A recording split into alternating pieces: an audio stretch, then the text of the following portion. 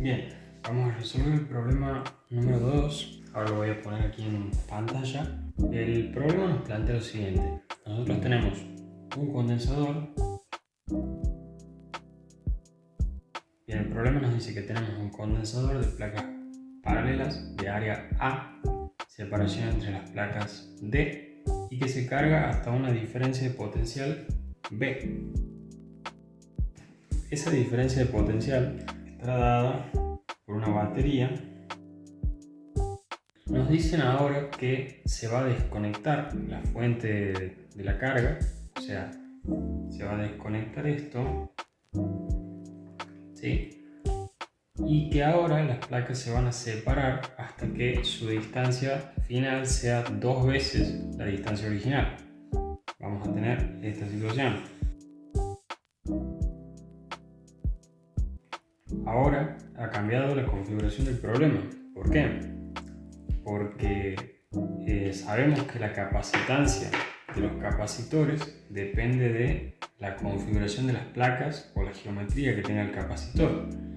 Entonces, para el caso del capacitor de placas planas y paralelas, que ya hemos demostrado cómo hallar el valor o la fórmula de su capacitancia en el problema anterior, sabemos que la capacitancia depende de la distancia de separación entre las placas. Por lo tanto, si hemos modificado esa distancia de separación, también ha cambiado la capacitancia. Este tipo de problemas en donde se producen modificaciones en la configuración del capacitor suelen presentar inconvenientes para los estudiantes porque no saben bien qué magnitudes se conservarán y cuáles no. Bueno, voy a tratar de explicarlo de forma general. En sí vamos a tener dos casos. Bien, si la batería se desconecta antes o después de haber realizado la modificación. Por ejemplo, en este caso nosotros tenemos un capacitor, lo cargamos con una batería hasta que el voltaje entre las placas es el mismo que el de la batería, B. Luego desconectamos la batería y el capacitor queda con su voltaje B. Pero lo que yo he hecho luego ha sido modificar algo en el capacitor, en este caso la distancia de separación entre las placas, y como esto está desconectado, o sea, aquí ya no hay terminales de una batería, digamos, esto está en vacío, lo que va a pasar es que las cargas no van a tener a dónde migrar, es decir, van a permanecer en las placas, esto es como si fueran conductores aislados, y lo que va a pasar es que el voltaje, ¿sí?, que tenía el capacitor va a cambiar. Bien, entonces en este caso lo que va a suceder es que la carga final del capacitor, que vamos a llamarle carga 2, va a ser igual a la carga original que tenía el capacitor, vamos a decirle Q, ¿sí? Es decir, la carga va a permanecer constante porque esa carga no tiene hacia dónde ir. Sin embargo, el que va a sufrir las modificaciones es el voltaje, ¿bien?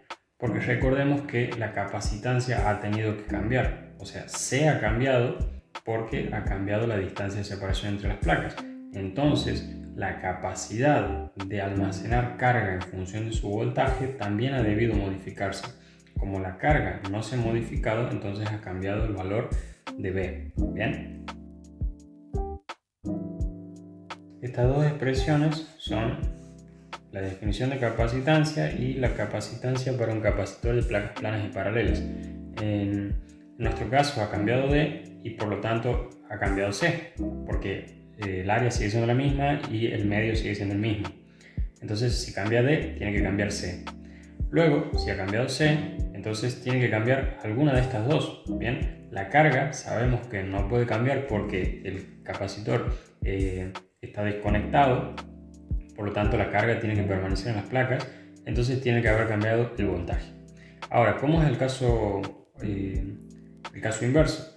En el cual yo tengo un capacitor, le conecto una batería, lo cargo hasta que la diferencia potencial entre las placas sea la misma que la de la batería, ¿bien? Y luego realizo una modificación sin desconectar la batería. Lo que va a pasar en ese caso es que, nuevamente, modifico la distancia de separación entre las placas, entonces la capacitancia tuvo que cambiar. Bien, si ha cambiado la capacitancia, entonces tiene que cambiar una de estas dos. Ahora, como la batería todavía está conectada, el capacitor sigue estando obligado a llegar al voltaje de la batería. Por lo tanto, el voltaje va a seguir siendo el mismo que el de la batería. Bien, lo que ha tenido que cambiar es la carga.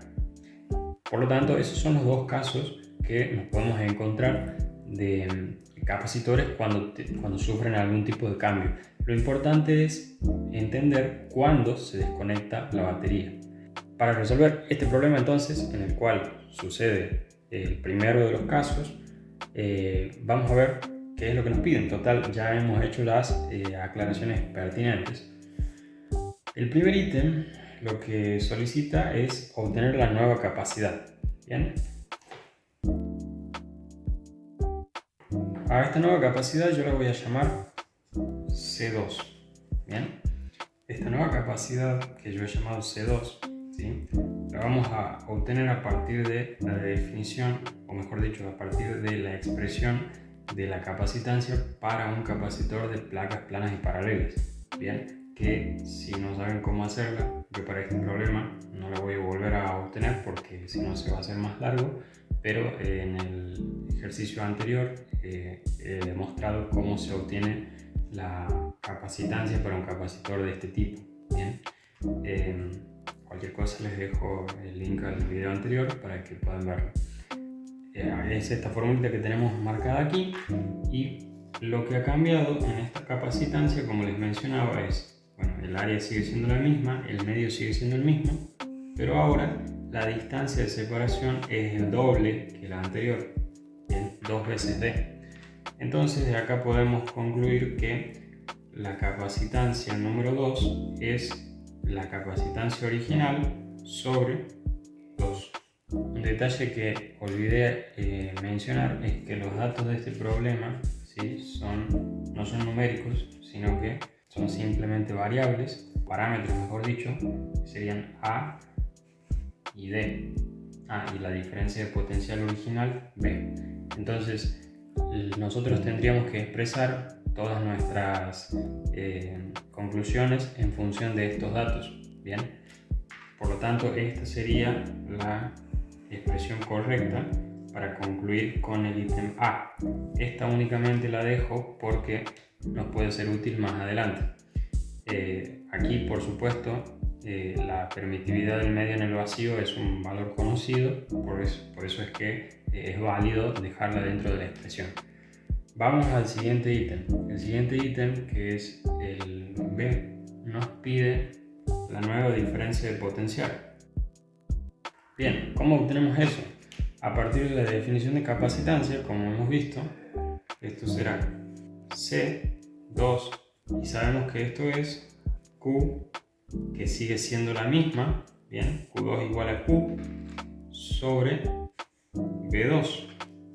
Por lo tanto, acá tengo que B2 será Q sobre C2, bien, pero C2 es la mitad de C, entonces aquí tendré 2 veces Q sobre C. Bien, a su vez C es Q sobre B, por lo tanto aquí tengo 2 por Q sobre Q sobre B. Por lo tanto, acá se van las cargas y me quedará que el voltaje 2 es igual a 2 veces el voltaje original. Bien, lo que ha sucedido al separar las placas el doble de la distancia original es que el voltaje que hay entre las placas del capacitor se ha duplicado. Vamos al siguiente ítem. La nueva energía almacenada. Bien, sabemos que la energía almacenada la voy a escribir en función del voltaje, ¿sí?, y de la carga. Puede ser útil dado que la carga es constante. Entonces sabemos que la energía almacenada está dada por la expresión 1 medio de Q por B. Bueno, hubo un pequeño error en la grabación, así que vuelvo a explicar esta parte. mencionaba que esta es la energía almacenada en un condensador. Esta sería la energía en el caso original, y para el segundo caso, donde hemos separado un poco más las placas, tenemos que U2 será 1/2 de Q2, pero como es igual a Q, directamente ponemos Q por V2. Aquí es muy fácil ver que la energía almacenada en el segundo caso será 1/2 de Q por V2, pero V2 vale el doble de V1, digamos, de la V original. Entonces acá queda simplemente que U2 es Q por V, o sea, la energía almacenada en el capacitor se ha duplicado. Bien, y vamos con lo último que nos piden, que es el trabajo que se necesitó para variar la separación de las placas desde D hasta 2D. Eso puede obtenerse fácilmente a partir de la expresión que me da el trabajo de la fuerza eléctrica, porque ¿quién es el que hace el trabajo para el capacitor? El trabajo que realiza el capacitor realmente es el trabajo hecho por la fuerza eléctrica dada por el campo eléctrico. Entonces quien realiza el trabajo es el campo.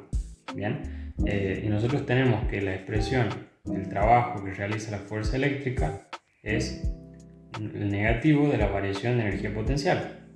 Y tiene sentido, sabemos esto de física básica, que cuando yo tengo una fuerza conservativa, como es el caso de la fuerza eléctrica, que es una fuerza conservativa, esa fuerza tiene asociada una energía potencial o energía de configuración del sistema, y el trabajo que realiza esa fuerza es opuesto a la variación de energía potencial que tiene asociada esa fuerza. Bien, entonces si queremos obtener el trabajo que nosotros hemos realizado, es decir, que un agente externo realizó sobre el capacitor para separar las placas, no será otra cosa que el opuesto de este trabajo. Es decir, el trabajo del agente externo será la variación de energía potencial. Bien, este es el trabajo entonces que nosotros vamos a calcular, porque nos piden el trabajo que se necesitó para variar la separación de las placas. Entonces, el trabajo del agente externo será la energía que hay al final, U2, menos la energía inicial, que es U simplemente.